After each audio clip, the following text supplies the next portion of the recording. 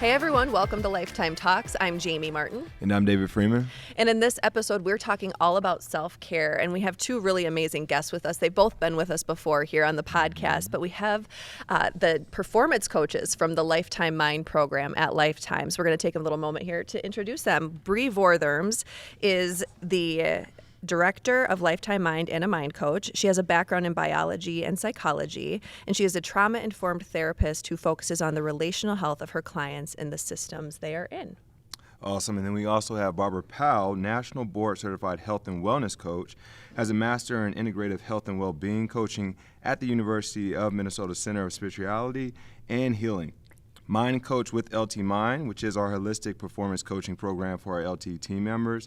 And she's an ultra marathoner and a poet, if you didn't know it. Ooh, look how he did that right there, everybody. One thing also that I want to acknowledge, too, is that both Bree and Barbara are in leadership on the WELL group at Lifetime, which is Women Empowering Leadership at Lifetime. I'm also part of that. We're on the board and on the committees with that. And it's really important work where we're really working to empower women in their roles in whatever capacity there are, women across the Lifetime organization. So thanks to both of you for the work you're doing with that. And I'm like so proud to be in partnership with you and the other women in our group as well. So welcome to Lifetime Talks. Welcome back. Welcome back. In person. person. Thank you so much. Well, we have a lot to get through today, and so we're just going to jump right in. Self-care, it's one of those things where it's something that goes for a lot of us when our lives are busy, when there's a lot going on. We don't take the time we should to really invest in ourselves. We give a lot to others. But let's start with why self-care matters. What is self-care, and what is it not as well? Sure. So I think one of my favorite kind of definitions to get closer to the concept of self-care is looking at it as an act of self-love. So one of the direct ways you can start to experience your own inherent worth, this concept of not self-esteem that can be raised or lowered, but this concept of feeling worthy, is to take care of yourself. And so a direct way to do that, very linear, is start doing some elements of self-care. Even we'll get to it like micro things that you can do. You're going to start to feel just more worthy and more like yourself. Love that. And when we think about self-care, there's typically very certain images, right, Yes. that rise up that we think about. So more often than not, I mean, for everyone listening as well as for yourself, just think for a moment, like, what really are those images or thoughts that you have that come and are connected to self-care? And typically it'll be things like, okay, well, taking time out for myself, maybe a bubble bath, right? Going and getting my hair done or stepping away. And Bree and I really want to challenge folks to rebrand actually what they think about, rethink what they think about self-care as performance recovery. So every day in our lives, we're met with stressors, day in and day out. It's going to be various and different for all of us. And we actually need stressors in order to grow and in order to expand in our lives. And when we have a basis of self-care, or like we're calling it performance recovery, it gives us this opportunity to build resiliency for those stressors, those things in our life. So when we're thinking about performance recovery, we're thinking, what can I build intentionally in my life that's going to support these natural stressors like work, family, maybe athletic endeavors that we might have, creative endeavors, and really support our nervous system alongside with that. I love the whole rebranding piece from self-care to performance recovery. This is near and dear to me because a lot of times when speaking to a lot of coaches across the nation, the number one thing I talk about is like, why did you get into this profession to help people, right? And you were filling up this sponge, if you will, with all this knowledge and resources to help people. And what we tend to do is we start to wring that sponge out to all these individuals that we come in contact with, and eventually that sponge becomes dry because we don't go back to self and the whole purpose of why we got into it. So I love the visual behind performance recovery and what that means in detail. So we kind of touched a little surface on it. Some examples of how we can get back to it, because you gave some, we think of candles and bubble bath, but when we start to dive deeper into it as far as self-care from a performance recovery standpoint, for those who are listening, how can we attack it a little bit more in that space? Yeah, absolutely. Giving your nervous system the opportunity to ease back into a state of calm, right? We can think about it really simply in that way. So if you think about your nervous system, I mean, you have these two power players that are involved. I know we'll talk a little bit more in depth about this later, but this parasympathetic and sympathetic nervous system that really have to work together, right, in order for us to perform at a high level. And so when both of those parts of our nervous system are activated, we have to give each of them the opportunity to be supported. So we might have to support our parasympathetic nervous system a little differently than we support our sympathetic. We might have to bring in things like deep breathing, these micro recoveries like meditation or grounding ourselves, so that we can boost our sympathetic nervous system, that fight or flight part of ourselves, and then bring in different aspects that also boost and support our parasympathetic, that rest and digest. Are we getting enough sleep? Are we allowing ourselves the proper nutrition, right? So our body knows how to recover and recover well, right? Are we joining in healthy, supportive relationships, right? You know, where does my nervous system feel good? And when we start to really dive into where our nervous system feels good, we really can start becoming pretty clear about this intentional direction that we can take these performance recovery models into. Absolutely. And I think the biggest piece is the concept of neuroplasticity means we can be different. Yep. Yes. And stressors aren't going anywhere. They will always be. Depending on your season of life, they might shift and change.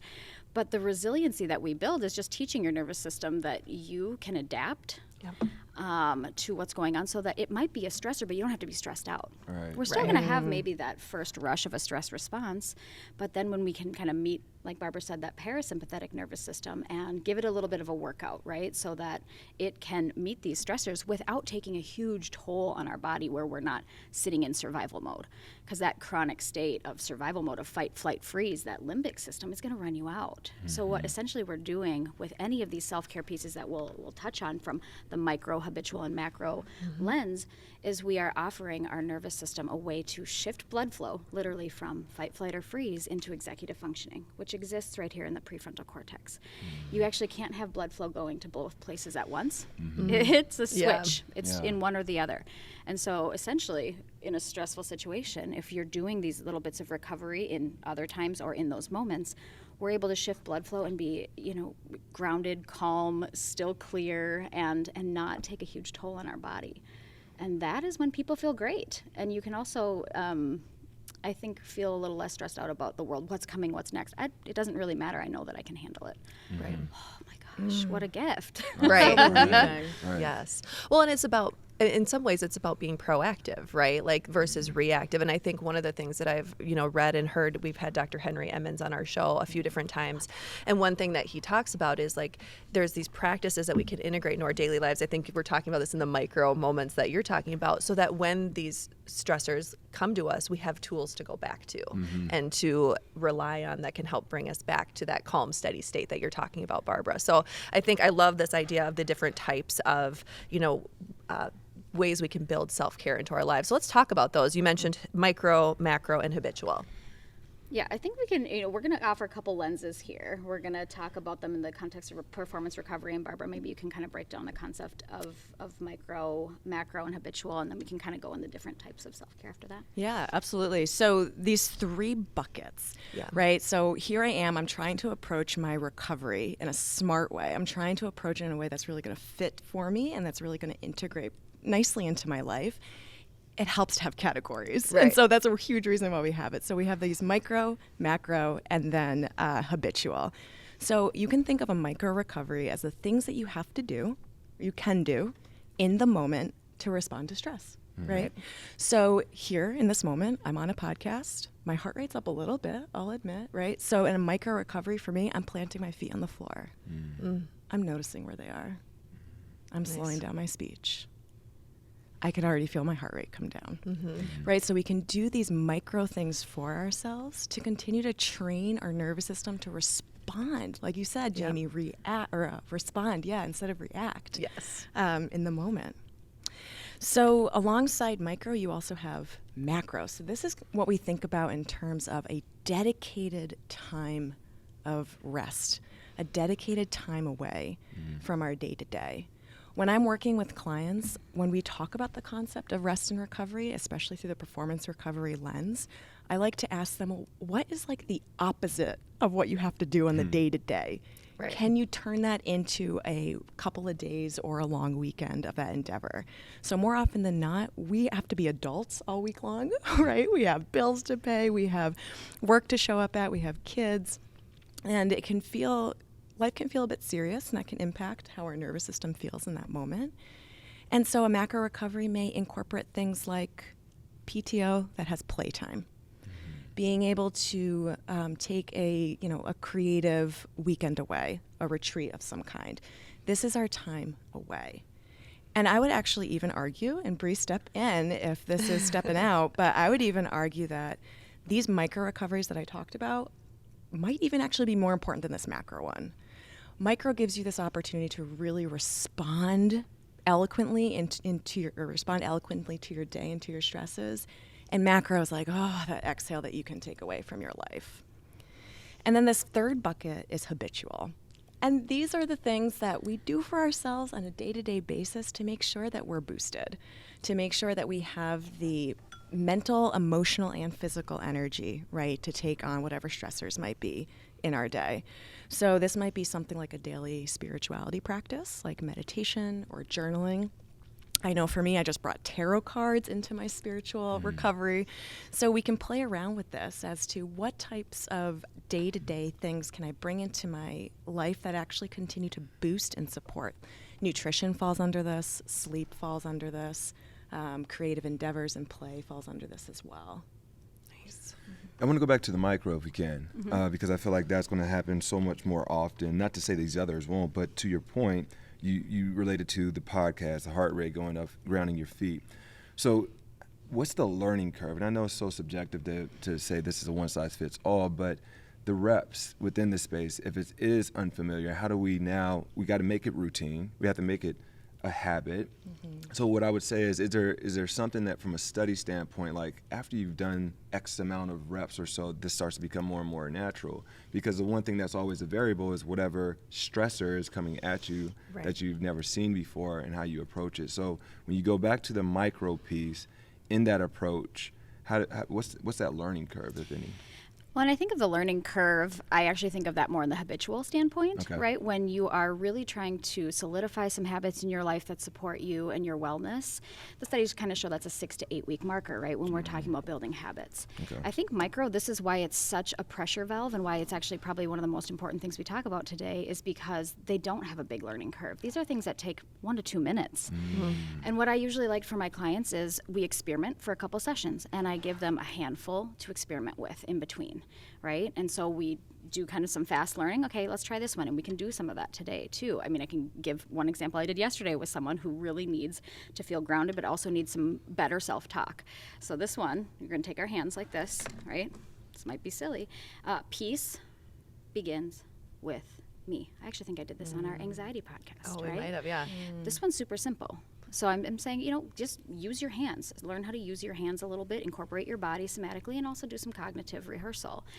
Peace begins with me. There's no learning curve there. Right. And just for those who are listening and can't see this right now, really, we have our hands up, and with each word, we're joining a finger to our thumb as you say each word. We're moving through our Yep. hands, and I'm kind of a bilateral person. I like to do them both.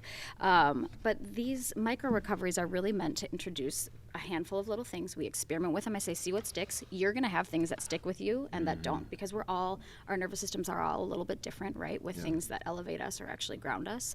I have, one in my pocket because yes, Barbara, we're on a podcast. Usually you're thinking of through your senses, right? Through micro recoveries. So ground through your feet. What can you smell? Yeah. What can you see? Can you kind of let your eyes move to the horizon? Is there anything you can touch? We kind of did touch there. We did a little bit of vocalization. Tap right here, the chest tap. So for those that are listening, this is kind of called the thymus tap, and it's right in the middle of your breastbone, and just doing a few taps there. That's considered a micro recovery. It speaks to the nervous system as well. And so these are kind of meant to not have a learning curve. And I say, okay, here's a handful. I'm going to throw them at you, and I want you to just experiment with them, see what sticks. And if none of them stick, we'll do some more. That's right. The experimentation really is the name of the game, honestly. And it's in repetition of this, too. I mean, we hear it, right? Neurons that fire together, wire together. Right. I'm experiencing something stressful. I do something grounding in my body. Those neurons are firing together. I'm teaching my nervous system, okay, when something stressful occurs, okay, I come back to my body, right? And again, with repetition, who was it? Vanilla Ice that says, check out the hook when my DJ revolves it. Like, that's what we get to do with our brain. Like, Totally. what's the thing, like our mantra or affirmation that we go back to, the rhythm in our hands or feet that we go back to again and again. You're the DJ. Yeah, and introducing anything different and interrupting your normal stress response, right? So if I'm like, oh, I'm starting to feel it, doing anything different in that moment. It doesn't have to be large, doesn't have to be a 10-minute practice. It can be a 30-second practice to break up that current neural template for how you respond to stress. It's like, nope, oh, I'm feeling it. I'm gonna smell my essential oil here. I just kind of broke up and stopped that stress response from running its pattern in my brain. Right. When it comes to it, you like that? I love it if you like it. I want to go to an individual, right? To another individual. If I'm in a heated discussion with a spouse, or if I'm spinning out of control in the car, a little bit different, right? We probably do that with the spouse. Probably ask me, what am I doing? But at the same time, like in those type of situations, obviously it's a stressor. It's something that's kind of somewhat out of control if I'm spinning out of control with the car. So I'm thinking in those moments too, like how do we now tap back into that? Because I think in this controlled setting, we're being coached through it. We're aware of it. We now have a few reps that we can apply. But that's why I'm always curious for those who are listening. All right, well, I just got into it with my spouse, or my kids are having trouble at school. Like, how do I now apply what I've just learned to others outside of me? Sure. I mean, so I'm hearing in my head, I'm hearing timeout. A lot of times, the only thing we need to do in those moments where our nervous system might be blown out or somebody else is around us, let's say we're talking with a spouse, the best and most helpful thing and relational thing you can do is take a timeout and say, I'm noticing I'm not in any space to be relational right now. Like, we can continue to go, but I'm in fight, flight, or freeze. And you're going to get a part of me that's not super respectful, so let's pause. That's actually kind of the only thing you have to do. If you call a timeout, you have to call a time back in. Yeah. Because otherwise things are left unresolved, and that's not helpful, and it kind of ends up being more injuring for the relationship. Yeah. But if at the least thing you can do is call a timeout, then you go ground yourself. Then that's that, like, all right, here's the deal. This isn't going to be helpful. Let me go ground myself. And then you can go try to be skillful and come back to it. Trying to be skillful in the moment is not really fair. Yeah. It's not really possible. I'm someone who does this for a living, and I call timeouts every day still. Specifically with my partner, I'm like, time out. And if he's like, well, no, I'm like, okay, you can, but you're not going to get a good result here. Yeah. Right. So I think it's about calling a timeout and having that level of self-awareness, and then going and grounding or doing some type of micro recovery, trying again. That's awesome. Yep, I love that. Well, let's talk a little bit. I know when we actually, you both presented at a WELL, or I think Bree, you were presenting at a WELL event which I referenced earlier, and this was kind of an eye-opening thing. When I think of self-care, I tend to be the person who goes back to some of those, the more bubble bath candle type thing, but obviously know it's more than that. But you introduced these 12 types of self-care, and we're not going to have time today to go in depth on each of these, but I think it's really interesting to kind of run through what they are and maybe offer a few examples of a couple of them to help people understand, because self-care it's not a luxury, it's not something we have to earn or deserve, but it's just part of day-to-day life, hopefully. Yeah, I mean, self-care is kind of boring. And I think, that's something to really know, right? Yep. It's the very first thing that we introduce is this is a functional adult thing. This isn't necessarily a fun thing. And you'll kind of hear that with some of the types of self-care that I'll talk about, because it's not necessarily just for being an enjoyable moment. It's actually for esteeming ourselves, taking care of ourselves, sending a message to our nervous system that we matter and that this is really important to do. So for an example, and I'll just run through them really, really quick and say them out loud, which is, and they're going to kind of seem silly maybe.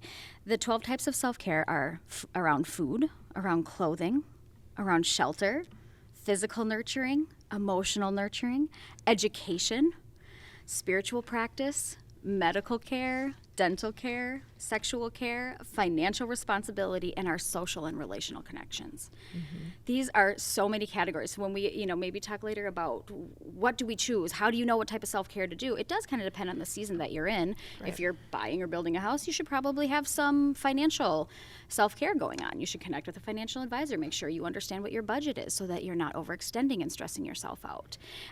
If you are really feeling lonesome, you should probably fatten up that social and relational self-care.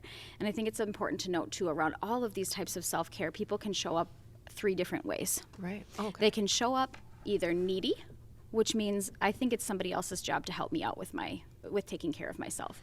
I think about that particularly with emotional self-care, which is somebody's job is to rescue me from the job of loving myself, right?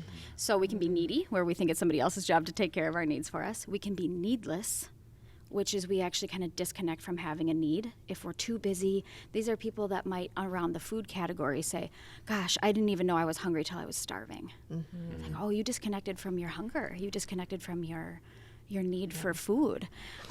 People will obviously sometimes be very needless around food, clothing, where this is an example of clothing is, do you have enough appropriate clothing for the things you do in your life? Do you have enough for work? Do you have enough for working out? Do you have enough for play? Do they fit you in this current season and moment?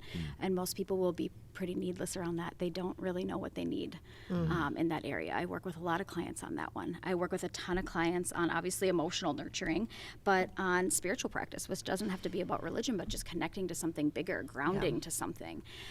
So you can be needy, you can be needless, or you can have appropriate self-care. Right. And we're going to fall into all three categories at different times in our life during different points during the day. And I think the only other big piece of information here that's important is that functional self-care, right? Being in appropriate self-care does not mean that you're doing it 100% of the time. You're shooting for 60-40 here. Yeah. That doesn't feel good for people that are perfectionistic or super high performing, but that's the reality of a human nervous system. Just a little bit more than half of the time, we should be doing our best to be functional in these areas. The other 40% of the time, it might be a struggle because we're a human, we're surrounded by humans, we work with humans, we're partnered with humans, we're raising tiny humans, and all of our nervous systems are bouncing off the wall. We go into fight, flight, or freeze, right? And so I think that's just a really important relieving piece of assessment. Where am I at with my self-care? I'm doing well enough, and actually that makes me feel pretty good. Yeah. I love that it really comes down to kind of having an awareness around any one of these, you know, and noticing like, okay, this area of my life, the financial part needs some more time and attention, but it does require you to be aware and intentional to think about these things at different moments in time, which is really tricky. It can be really hard when there's a lot going on. There's a lot, our schedules are jam-packed from start to finish every single day. I know this is one thing, I'm like, I have so many good intentions with this, but then again, it will fall to the wayside, you know, probably a little bit more than that 40% of the time, but that's okay, right? Just meet myself where I am. But so how do we, you know, as, you know, you and I are parents, Bree, you're a parent, Barbara, you have different priorities in your life. You like the time that you take for your athletic endeavors, you know, like we all are trying to balance different things in our lives. How do we engage in these different seasons? Are there any tips or tricks, or I don't know that we should say tricks, but strategies maybe, intentional strategies for doing this in the various seasons? Yes, I mean 1,000%. I'll even before I give my full answer, I'll start with a very short story of when we did this presentation. Do you remember, Bree? I gave you a call. We were talking together about performance recovery and self-care, and I was like, Bree, I don't have kids. Bree, like I'm not trying to buy a new house. Like I'm feeling pretty stable in my life. Like, who am I to talk about this and to be an expert, you know, on this conversation? And Bree was like, your voice completely matters. And there are more people that fall into your season than you're giving yourself credit for. Yeah. And I say that because we have to really acknowledge what is our inner dialogue as we hear this podcast conversation, as we think about our own self-care, as we go through self-awareness practices. Yep. Like, we need to have a dose of humility, but also a dose of like really compassionate honesty with ourselves, right? If we are really compassionately honest with ourselves, we can really start to pinpoint these compassionate directions that we deserve to focus in on. So I would say first and foremost, it starts with being really honest, right, with what season you're in, what you have going on in your life. And alongside that honesty, it's bringing in these aspects of mindfulness. So when you think about mindfulness, mindfulness is intention plus attention, right? Intention is setting a direction, setting a mark for yourself. I want to create X in my life. If you're looking to create self-care around a sense of, like Bree was listing out those needs, around a sense of financial well-being, that's a very dedicated intention to set for yourself. Right. And you can get really honest and detailed about it. The second part of it is the attention part.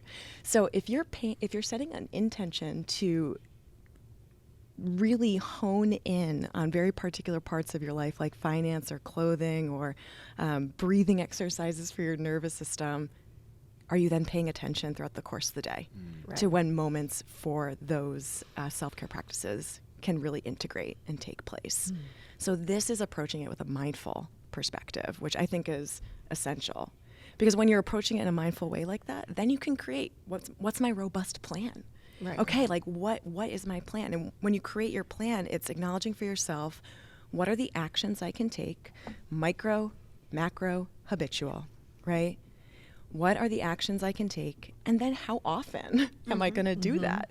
You know, for me, some of those micro recoveries, like planting my feet on the floor and taking a deep breath, I do that several times throughout the course of a single conversation with a person. So my how often for that is a couple of times, right, through the course of a conversation. Right. We might have habitual things like a yoga practice that may look like every day for one person, but might look like once a week for another. So custom make what your plan is and make sure that, again, it really does fit with who you are and what your season in life is. Love that. And if you struggle with it still, that's where, you know, a service like coaching or a therapist is really useful. If you're like, I'm lost here, that's fair, because actually we don't promote good, appropriate functional self-care in our culture and in our society. So I think sometimes it is like we get lost in that. Like a lot of times we didn't know about all the different categories in which we need to be self-caring, right? And so sometimes it is connecting with someone to just make a plan and to poke around again about what season are you in, what is the most effective. That's kind of where I'm at, which is I'm mostly micro recovery gal in this little season of my life. And then when I do the habitual ones, they're the heavy hitters for me that I know really help, and that research really shows, you know, things like hypnosis or yoga nidra, like these things that are going to give me all impact, because I don't have a ton of extra time. Right. The awareness piece you just said is key. And then when we look at those first three listed, food, clothing, and shelter, these are essentials in like life. Yeah. And then my mind went straight to a lot of the individuals who don't have a lot of these essentials, right? So in my head, the awareness, going back to that, we're now at the ages that we are, and when did we discover a lot of these hacks, if you will? And how can we now shift the future, the kids, with being impacted and empowered with this information early on? So from mentoring, so on and so forth, obviously first, fill up our sponge to understand how to execute it. We've had X amount of reps now at our age. Now how we can go out and impact and influence in this space, I feel like is a huge opportunity. So that just stood out to me when you actually, those first three, I'm like, wow, how many of those lack those resources? Yeah. Yeah. And Absolutely. I think it's also important to note that just by you doing it is you teaching it, right? When we talk about what the nervous system really does is it works off of modeling. When we look at our kids, I mean, prior to age 7, all they're doing is watching and modeling. And so I know, you know, we've had conversations around self-care before where women feel really guilty, right? Oh, I don't have time, I shouldn't be doing this. And not just women, but I know there's a lot of mom guilt out there, and just in general, oh, do I have time for this? When you talk about how we're going to change the world or support this type of shift, it's in actually doing it visibly, doing it without shame, encouraging others to watch. Like when we're a leader, if you don't take time and if you have an imbalanced schedule, your team's not going to take time. They're going to have an imbalanced work-life balance, right? Same with kids. If you had a mom that was pretty selfless, which seems like it's a really beautiful strength, and it can be, you're not going to esteem yourself through caring for yourself either, because that's not modeled for you. You don't have a template in your brain around that. Right. So a lot of it is, again, leading to the best of your ability in your own self-care that will impact your children, it will impact your team, and then encouraging, you know, larger conversations around it as well. Love that. So well put, Bree. And if we can also rebrand the term guilty pleasure as just sensory experiences, please. Oh, I love that. Let's strike that out. Yeah, we are so deserving, right, of these sensory experiences. Some of these things, like you said, David, look like really, you know, are indeed basic needs. And then we can get a little deeper within them and find these really delicious, sensory, uplifting, life-drenched moments, right, that we really get to and deserve to experience. So just deserves to be said, I think, alongside that. Love it. I think that's that just hits me. And I don't know, that's really important. And I love that sensory experiences. I need to strike that, right? No Let's more take it guilty out of pleasures, No more people. guilty pleasures. Just take it out. Well, I know you address kind of the women sometimes feeling like the mom guilt or whatever, but I think it is worth talking about that because let's touch on that for a little bit longer because I know think we're being selfless by not doing this, but let's talk a little bit is there a difference in terms of how men and women perceive self-care, and how do we address that? I think that I don't think it's worse or better. I think there's some socialized pieces to what self-care looks like. Again, when you look at taking a bubble bath, are men encouraged to do that? No. I mean, that's still a form of care. So I think men and women are socialized very differently around what self-care looks like. And I can't speak to the male experience, but it's going to be some of those higher heavy hitters, right? Like, do you work out and do you eat well? And that's kind of sometimes where it ends. What about the social pieces? Men really struggle sometimes in building really good functional adult friendships. They don't deepen them as much because, again, we're kind of socialized out of having those more tender, connected emotions when we're men. And I think the opposite could be true, right, for women in some of the areas of financial self-care. Do you feel like women are encouraged as much to invest and educate themselves on certain things? Like, no. So I think that both, if we're talking in the binary, both sexes would struggle with different areas of self-care. So I think this is just a really universal conversation around destigmatizing some of the guilt, right? Oh, I feel so guilty. Or in fact, it's kind of a little bit more shame too as well, which is, this is another conversation, but shame in its toxic form is feeling worthless. Yeah.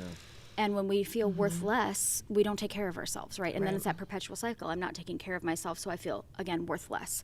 So doing these radical shifts, even if they're micro, right, which is putting your hand on your heart and saying, honey, you're okay.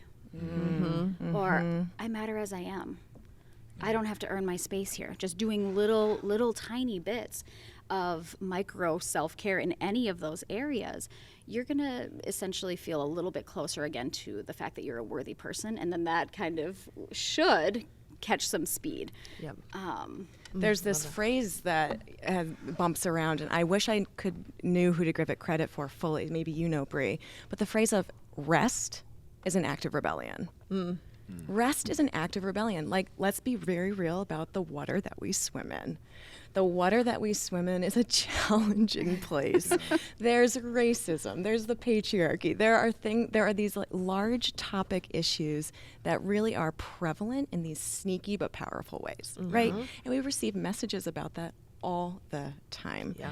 So here we can go back to, yes, those powerful micro moments of, can you catch when you are subjected to that? Can you notice a thought, right, that might pop up in the moment? And can you give yourself a soothing touch or a tender word of affirmation in response to that? Right. Yeah, what you're both saying here is we've been conditioned in so many ways to think a certain type of way. Right. And when we look at the physiological and biological impact of performance recovery as a whole, is the one piece that I'm going to read here that stood out to me when we think of the conditioning over time. And it says right here, the fibers in our bodies actually store energy and trauma.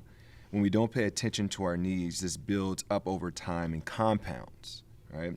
If we don't attend to it, it can actually manifest as disease in our bodies. I just got chills just thinking about that because we just keep going on in our day-to-day. Whatever happened early on in childhood, we just normalize it. We never address it. It manifests into all these other things, and we just keep passing it along to the next and the next. So if you can, I briefly just talked about it, but the physiological and the biological impact that performance recovery has on us as individuals, if you could dive into that. Yeah, it's so real. Our body has we have a physiological response to thoughts. We have a physiological response to the people that we keep company with, and the actions that we put our bodies through, right? And so we can have these just tired, I call them tired, rusty, dusty messages, right? That just play on a loop over and over in our mind, probably more often than not in our subconscious. That your body, every time you have that thought, your body receives a chemical reaction from it. And if you think about some of your most challenging thoughts, really what happens in your body in that moment? When I, am moving through recovering from challenging rusty dusty thoughts from like my childhood and my upbringing, one of them has to be, or is around the fact of, okay, I am empowered to be an independent woman and to be able to have my own money. And it seems like it's one of those things in which, you know, you learn these things at a really young age, but it really takes that noticing and that effort of reframing it along the course of your life. Yeah. So not only that you think differently, your body starts to respond differently, right? So when I say that statement out loud, the first time I started having those thoughts and having statements around my financial freedom, did not feel good in my body. I would tense up. I would have a nervous system reaction to it. I would want to hide or move away from it. And it took coaxing and soothing and really showing up for myself in a consistent way, right, to be able to bring a sense of truth and comfort to a statement like that. And so this is really working with the team of our parasympathetic and sympathetic nervous system. So when you think about what happens in your body, right, when you are experiencing a stressful self-belief or experiencing perhaps a challenging conflict or conversation, you want to be able to have the resiliency of both of those parts of our nervous system working together. One of the ways in which physiologically I work with my nervous system just to ensure that it does have a sense of resiliency as I'm trying to shift new beliefs is also doing things like cold water plunges in the middle of Minnesota in the winter, which sounds wild, but it's allowing yourself to put your body in perhaps controlled, compromised situations so that your body can learn this is what it feels like to recover and bounce back from it. Again, just like me reframing my mental thoughts or mental beliefs, right, from my childhood, I purposely put myself in a controlled, comfortable environment or controlled environment in which I can experience that discomfort and then reshape it, reform it purposefully through these recoveries. That's awesome.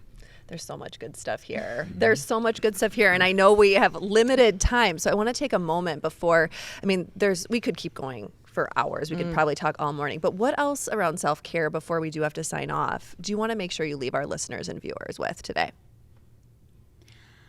I'm going to go with my gut, right? I'm hearing in my head the 60-40 again. And it's such an important concept because the 60 is definitely our job as a functional adult, right? To continue the growth, like what Barbara said, is like challenging that. And we are given an opportunity as a functional adult to look back and say, are the things that I was gifted with, right? From my parents, from my upbringing, these templates, do they serve me?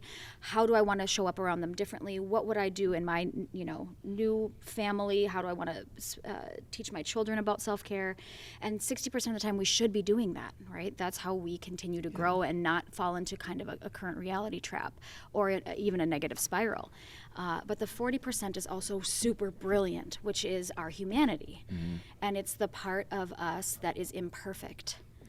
And we get really freaked out by our imperfect parts, right? We're ashamed of them. We want to cry. We want to pretend that we don't have them. And that's like the kind of good, glorious parts about being a human. I think the biggest shift I ever had in my own emotional wellness was to understand what grace actually looked like in the 40%, grace and unconditional love. Right. Conditional love is, I like myself when I'm at my 60%. I like when I'm super habitual and I'm on track and I'm feeling good, and that's fair. But how am I when I'm in my humanity, right? And I think the biggest thing I ever did was be able to take accountability without shame. So when I was being, unpleasant, unkind, or disrespectful to my partner, and he's like, hey, you're being condescending. The biggest thing I had to do, right, is to be able to say, that's my humanity, okay, I feel defensive, and I want to say, knock it off, right? Or, oh, is it that terrible? Or something, defensive. And instead saying, I'm going to take accountability here. I am being condescending. That must be wicked to be in the receiving end of me right now. I'm really sorry about that. I'm really working on not doing that as a knee-jerk response. And I don't want to treat you that way. I'm really sorry. Without falling into shame of like, I would either want to be defensive or cry about it. Right? So like that 40% for me of my humanity and learning how to treat myself with unconditional love and grace around all the elements of self-care has been the most impactful, I think. Yeah. Good one, Bree. I know. How do you go from there? Barbara? Again, I'm going to go with my gut here. And we can hear these we can hear these major topics, these necessary things around self-care, recovery, ways in which we can flourish or bring new things into our life. And we don't have to be in fix-it mode. We definitely don't have to be in fix-it mode. And I think that just, piggybacks on what you were saying, Bree, that component of showing up for yourself in a way that you get to be that messy person, right? You don't have to be in an active state of fixing yourself. And within that, when we are in an active state of always fixing ourselves and finding the next best self-care for us all the time, that actually agitates our nervous system even more, right? We're so much more activated. So perhaps just release the pressure valve just a bit. You can release that pressure valve and you don't have to always be in fix-it mode. Love it. Love it. I think it's time for the mic drop moment. I think you're ready. I love it. Y'all ready for it? Same think question so. for you both. All right. You get rock, paper, scissors if you want to see who goes first. What would you tell your 12-year-old self today?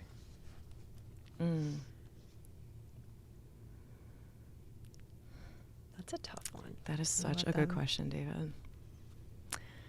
I would tell my 12-year-old self, you might bring up some tears in me. That's how you know it's a good question. The tree that you climb is a good one. The time that you spend in that tree is the foundation for who you're actually going to be and how you're going to show up in the world. Awesome. And keep scribbling that notebook, girl. Yes. Awesome. Oh, How do you follow that one? right. You can hear the poet. It's so That beautifully was said. beautiful. I actually often think of my 12-year-old self, and I have a pretty good connection with her. This is kind of this concept of parts work where you are able to connect with younger parts of you, and you are able to update their templates and what they know and believe. And so you kind of go back and you rescue them a little bit, and you have that conversation, you look at her. And so she was really worried about friends and being liked. She had a really hard time with that. And so, like, when I talk to her, I just, like, kind of get down and I hold her hands and I get so excited. And I was like, oh, honey, you are going to have the best life. I was like, you are going to find people that love you and that respect you and that you will in return. And I was like, you're going to have such good friends and you're going to find such an amazing partner and life is going to be good. And it is true. And it's so comforting for her and that part of her to know that, like, yeah, it's hard. Kids are hard. We're all going through different developments, and adolescence isn't easy. And so really reassuring her that, like, it gets better in that relational and social department, and it's just, she just feels so much relief when I tell her that. And it's so true. So I feel really blessed to have the people in my life. And hopefully they'll listen to this so that you can hear that. Like, I love my people, and you've changed my whole life. So. Awesome. Awesome. That is awesome. Well, Thank you for I wish we sharing. could keep Yeah. going. Yes, thank you to both of you. Gosh, if people would like to learn more about Bree and Barbara and the work they're doing with Lifetime Mind, you can visit mind.lifetime.life. You can find Bree at the Relational Trauma Recovery website, which we will link to in the show notes or on LinkedIn. And then Yes. Barbara, you are also on LinkedIn under Barbara Powell.